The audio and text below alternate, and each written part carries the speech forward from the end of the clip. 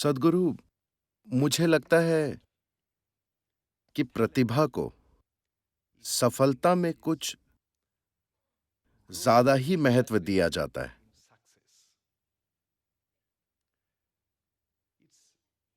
जब मैं medical school में था, तो मैं मार्शल आर्ट सिखाता था।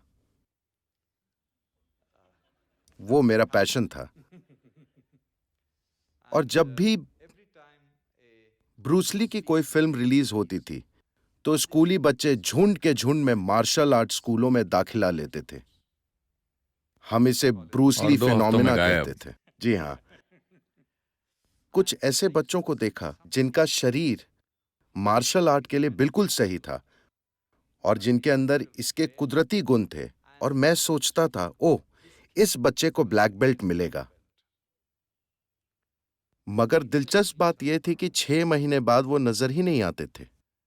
जो लोग ब्लैक बेल्ट तक पहुंचते थे और मार्शल आर्ट में कुछ कर दिखाते थे, वो ऐसे बच्चे थे जिनके अंदर कोई कौशल नहीं था, कोई प्रतिभा नहीं थी।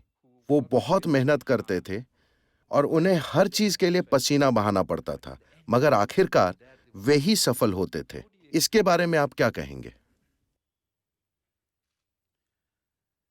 देखिए, कई वजहों से, मैं विस्तार में नहीं जाऊंगा, कई वजहों से कोई व्यक्ति एक खास गुण या विशेषता के साथ पैदा हो सकता है। शारीरिक गुण, मानसिक गुण, भावनात्मक गुण, स्टाइल। 5 साल का बच्चा भी एक स्टाइल वाला और दूसरा ढीला ढाला हो सकता है। जरूरी नहीं है कि जिस बच्चे में स्टाइल है वो बाद में फैशन की दुनिया में ही जाए। ढीला ढाला दिखने वाला बच्चा बड़ा होकर कुछ और बन सकता है। जैसे जब कोई औरत प्रेग्नेंट होती है, तो आप नहीं बता सकते कि उसकी कोख में पलने वाला बच्चा संत है या शैतान।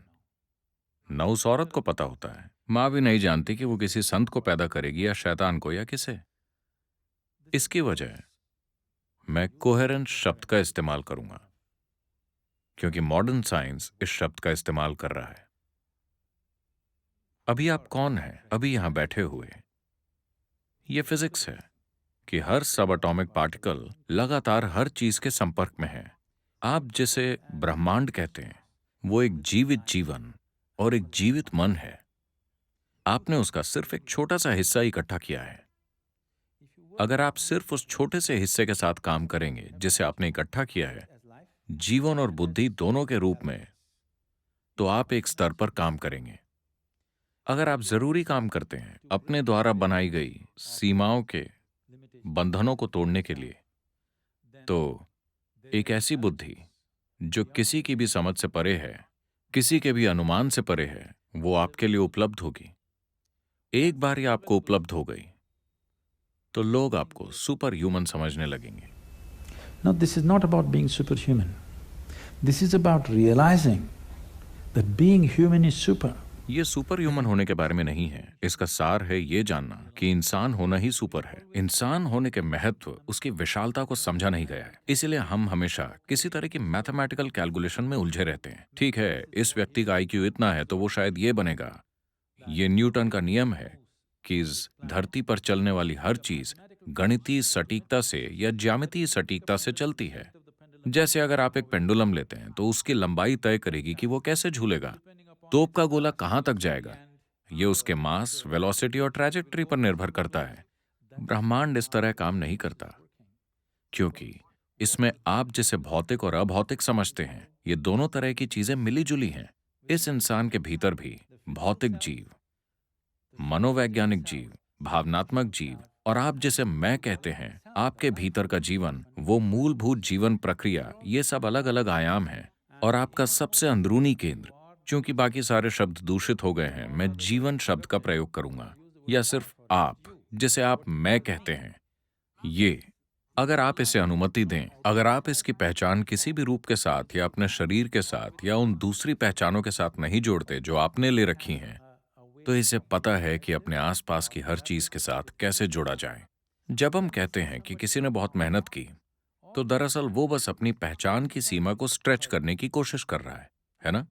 वो अपनी सीमा को स्ट्रेच करने की कोशिश कर रहा है। अगर वो अपनी सीमा को आगे बढ़ाने में कामयाब हो जाता है, तो जो चीज उसे कभी संभव नहीं लगती थी या अपनी क्षमता और काबिलियत के बाहर लगती थी, वो उसकी हो जाती है चमत्कारी रूप से। मैं आपको सैकड़ों ऐसे लोग दिखा सकता हूं जो मेरे पास आते हैं, हम कुछ समय तक उनको तैयार करते हैं और फिर दीक्षा देते हैं। आप देखेंगे कि 24 घंटे में उनके चेहरे का आकार बदल जाएगा, उनके जेनेटिक्स बदल जाएंगे। आप उनकी तस्वीरों को देखेंगे तो पाएंगे कि रातों रात वो काफी हद तक बदल गए हैं।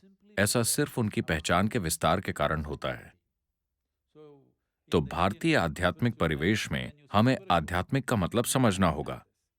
ये ऊपर देखने या नीचे देखने के बारे में नहीं है। जब हम आध्यात्मिक कहते हैं तो हम भौतिकता की सीमाओं से परे जाने की बात कर रहे हैं। फिलहाल भौतिक यहां लोगों के अनुभव में एक ठोस चीज की तरह है, मगर मॉडर्न फिजिक्स आपको बता रहा है और मेडिकल साइंस भी ये कहना शुरू कर रहा है, या किसी को बात समझ ना आए तो 2 मिनट तक अपनी नाक बंद रखिए, तो उन्हें समझ आ जाएगा कि उनका अलग अस्तित्व नहीं है, ये एक लेन देन है। सिर्फ सांस ही नहीं, बल्कि सब एटॉमिक पार्टिकल्स के स्तर पर भी लगातार लेन देन होता रहता है। अगर ये लेन देन जरा सी सजगता से भी होने लगे तो अचानक आपके पास जबरदस्त क्षमताएं आ जाती हैं जिन्हें आपने कभी संभव नहीं माना था। जैविक पहचान आपकी सबसे ज्यादा सीमित करने वाली पहचान है, क्योंकि ये आपके शरीर तक सीमित होती है। कोशिश करके आप उसे तोड़ सकते हैं, चाहे आप किसी भी रूप में कोशिश करें। ज्यादातर लोगों की कोशिश अचेतन, अवैज्ञानिक होती है। बस कोशिश कर करके वो चीजें कर लेते हैं। मगर एक उपयुक्त और वैज्ञानिक रूप से कोशिश करने के भी तरीके हैं। एक खास दिशा में कोशिश करने के भी साधन मौजूद हैं, जिनसे हम अपनी खुद की सीमाओं को तोड़ सकते हैं। अगर आप इस सीमा को तोड़ देते हैं, सब एटॉमिक पार्टिकल्स लेन देन कर रहे हैं, बुद्धि लेन देन कर रही है, सिर्फ आप पूरे खेल से चूक रहे हैं।